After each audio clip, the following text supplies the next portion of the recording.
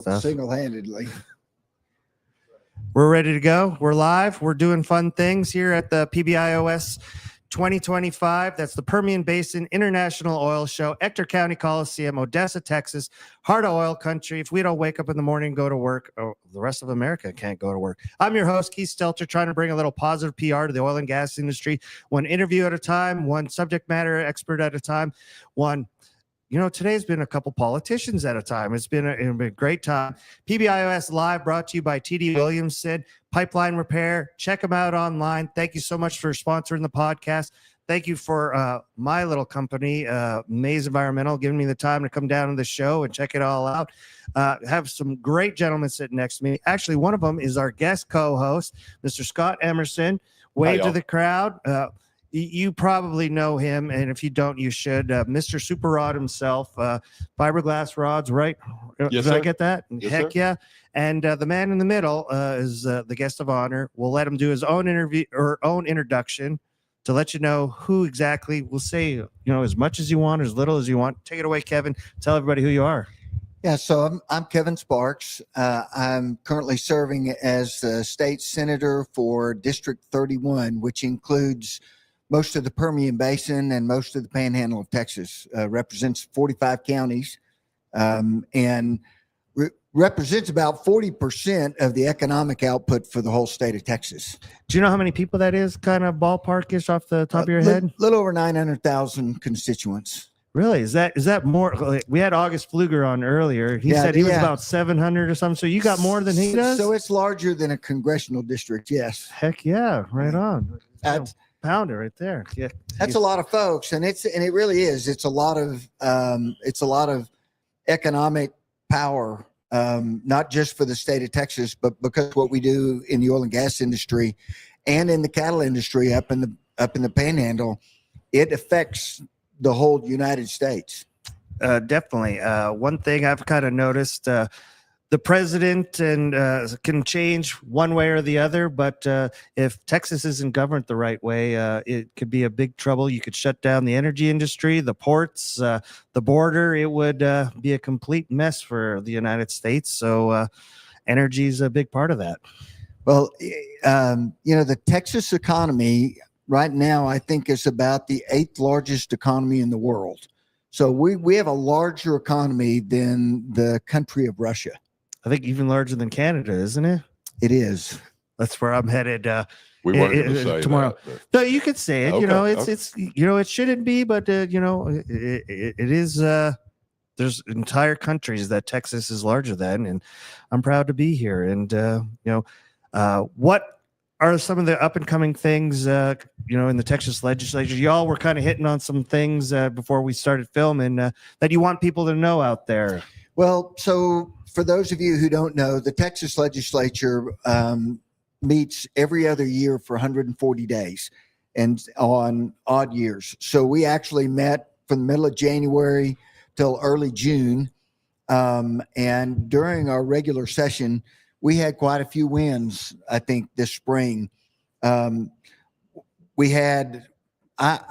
was privileged to carry 3 different bills that addressed oilfield theft, which has been a huge problem. That's been brought up. Yep. Obviously, with previous administrations' open border policies, we've just seen this huge surge of coordinated oilfield theft. So 3 different pieces of legislation, each giving authority and granting some funds to law enforcement and the Railroad Commission to try and combat that. Another, what I think is a huge win for the state of Texas, and that's what I was visiting with Scott about prior to the podcast, was water infrastructure. And this is large infrastructure for the whole state of Texas. And with that, is that something that their everyday citizens going to see? Is that just for the oil and gas industry, that water infrastructure? No, it is. It's the intent would be over time to create water infrastructure for the whole state. There's only one small portion in East Texas that really probably has all the water they need for the foreseeable future. I mean, even communities like Houston, with the type of influx of population, are in various they're in various situations of being water poor at some point in the near future.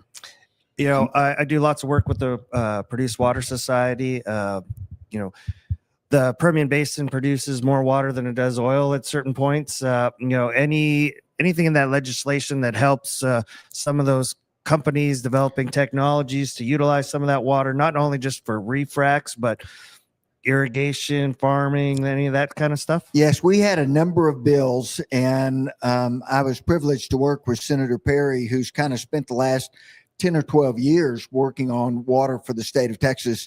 And we had a number of bills that actually are going to help reduce regulation and also create some additional supervision to make sure that as we transition into using some of that produced water for agriculture purposes and other things, going to really help stimulate, private industry in their ability to make that happen.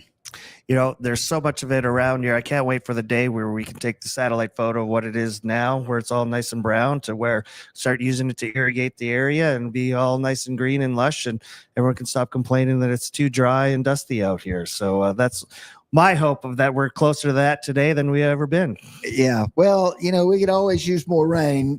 Even cleaned up filtered water is not the same as God-given rain. But no, sir. But it's not often that the Permian Basin, which is a desert, has more average rainfall than South Texas. But right now, South Texas is going through a severe drought, and they could use any kind of water if we could clean it up and get it to them. Yeah, that's exactly right. And of course, obviously, South Texas has its own production as well. And so as the oil patch continues to evolve in their ability to clean water up and use it for different things, it's going to help all around the state. I agree. Electricity prices around here, we got all the natural gas we could ever want around here. We got it, so much of it that we burn it, we flare it, we vent it. Any plans for any power plants powered by any of this stuff to help bring some of these prices down? Is there any work being done in the legislature to help make some of that easier or work towards that? I mean, you brought up a real sore point. So Texas is a little bit stuck right now because we don't have a lot of the decision makers I believe don't have accurate information as to where we sit as far as grid reliability.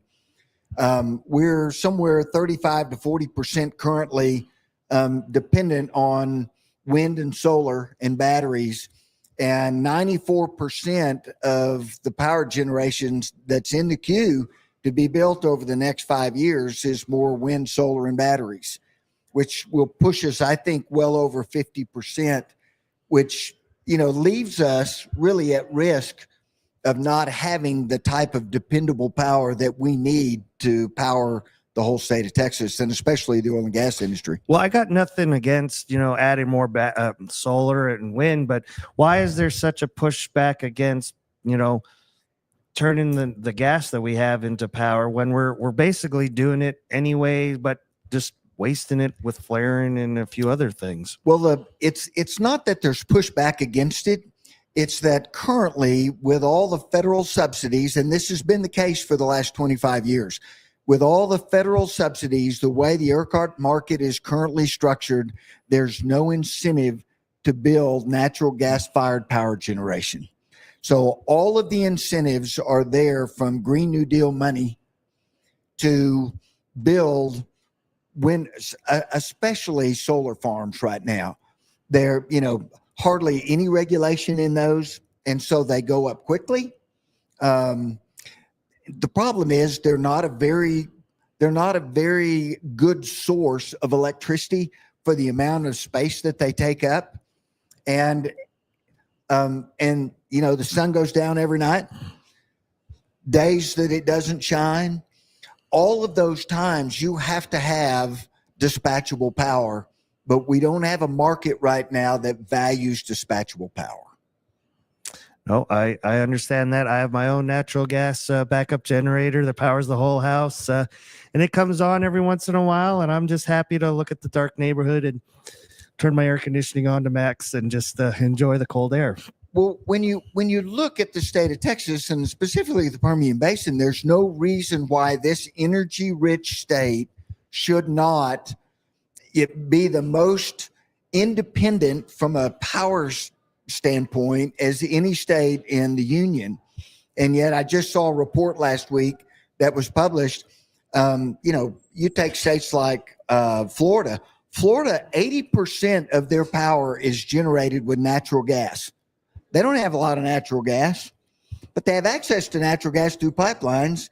We actually produce it here. And as you said, we've got areas, a lot of times we're flaring it, and yet our market, we don't have the structure in place to really promote gas-fired power generation. So how do we get to a place where we can do that?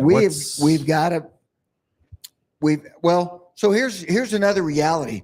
Right now, residential power costs are higher in Texas than they are on all of our neighboring states, New Mexico, Oklahoma, and Louisiana. The people in Texas need to pay attention and start letting their public officials know that they demand us to make a change. Because right now, there's not the political will to go in and push back against the literally billions of federal subsidies that are coming into Texas. It wasn't that long ago that almost everybody in Texas was affected by Snowmageddon. You would think 4 or 5 days without electricity that they would have been calling their state representatives and senators and getting something done. We like to forget pretty quick. They did. We do have short memories, but the most disheartening thing about that, they had several weeks of hearings on that. And what the legislators walked away from those hearings is that the gas producers are what failed in the state of Texas. Oh, wow. Which, yes, I know we sit here and go, how could they have possibly come to that conclusion? When the reality was that ERCOT, because they didn't have a very good grasp of their overall system, shut all the power down to all of West Texas. When you shut the power down in sub-zero temperatures, everything freezes up. They shut out all the compressors and all that. And that's why we didn't have natural gas. Had we had sufficient dispatchable power like we did 25 years ago in Texas, we'd have never had a problem with Uri. No, and that's why we keep bringing it up, and hopefully we remind the odd person that this is, we need nothing against all the other sources of electricity. The population's growing. We need more power, not less, more energy, not less. And, it's definitely, it comes down to PR, I guess, maybe at this point where I know you don't want to burn all this stuff because you're going to make CO2. But at the end of the day, I think most people don't understand that the CO2 percentage is 0.04%. It's not even a top 3 gas in the atmosphere. We're not. I like to say when some of the guys we need to get close to net zero. I'm like, congratulations, we're at zero. We're at zero. Yeah, I'm at that. You did it. All your stuff. We did it. And if it got a little higher, trees would grow bigger. So yeah. When you realize, and we learned this back in late April in a federal Senate hearing, that from the date that Trump got elected to the date that he took office, more than $93 billion went out the back door through the Department of Energy for new Green Deal projects. $93 billion. Wow. And a lot of those dollars are finding their home here in the state of Texas because we've got a lot of land. We're very liberty-minded. We're a low regulatory state. To me, it feels like we're being used. And I would agree with that. Little manipulation going on. Definitely. What's your thoughts quickly? Oil's a little bit low. How do we get it back to that sweet spot? I know the president's really into keeping it low to keep gas low, but at a certain point, it gets a little too low and things start going south. How do we find that place again? Once again, I think education is a critical component. There's actually a group of folks leaving today, going to Washington, D.C., that are going to be spending the next couple of days talking to the Trump administration and the legislators to help them understand that if they continue to push the price of oil down from where we are now, that It's going to be catastrophic. Could be catastrophic consequences. And so, I tell people all the time, the fastest way to $100 crude is $40 crude. And That's true. and we've seen that over and over and over in our industry. I don't think most people outside the industry really understand that. And that if they drive that price down from where we are now, that it literally will take years to get us back to a point where we can produce the kind of volumes that we're currently producing. Is not the solution some more refineries to keep, the gasoline a little bit cheaper and have these production costs, and still have $75 oil? Isn't there, bottlenecks in our refining capacities now with some of the shutdowns around the country? I know, what wasn't it? Phillips 66 just shut something down in California. They had a fire at another one in California. They got their own little issues over there. But even here, don't we have some capacity issues in Texas as far as refinery? Well, we do. And most of that is because of significant federal regulation. And so, I applaud the Trump administration for the work that they did the first term, and that I assume they're doing now with Lee Zeldin, at the helm of the EPA, trying to take a practical approach to our energy industry, and that's nationwide. So, yes, we've got some constraints, but I think right now probably the biggest thing that's happening is geopolitical, where we're trying to encourage production around the globe to push the price of oil down. There are a number of reasons for that. Russia, that's their sole source of funding their war. And so I think likely there's some reasoning there. Very much so. Thank you for doing this, Kevin. Really appreciate it. This is how many oil shows have you been to? Oh gosh, I've lost count. So as you know, that's my background is oil and gas, and I grew up in Midland, so I've been coming out here a long time. It's always a great event. Weather's going to be fantastic this week. Would really encourage anybody that's never been out here to take time to come visit. A lot of technology out here. It's really a fascinating time. This is our third oil show doing an interview. Do you remember the first time when someone suggested you go do a podcast? You probably didn't even know what a damn podcast was at that point and wondered, what am I getting myself into? I had barely announced that I was going to be running for state senate. And so I think you were my very first podcast. I think I was too, talking to the young man who was running the show for you there. They were just shocked, and you're like, you want to do this? And it all just kind of came together, and I had a heck of a time. So thank you very much for doing that. Thank you guys for having me today. Thanks for the work that you continue to do, not only your podcast, but your efforts to clean up around West Texas. And, it's just, I tell people all the time, all across the district, it takes all of us doing our part to make this thing work. Perfect. Well, I look forward to your donation to help me keep it going and stuff. Fair enough. Maybe you could tell me how I could get some state support too. Well, we never know. We're at the Pbios 2025. This is Pbios Live, brought to you by TD Williams. Check it out online. We're going to be on all the different social media pages. This has been a great event for years and will be so for years to come. This is day one. Day 2, 3, yet to happen. Come on down to the ECTOR County Coliseum in Odessa, Texas. And until next time, everybody,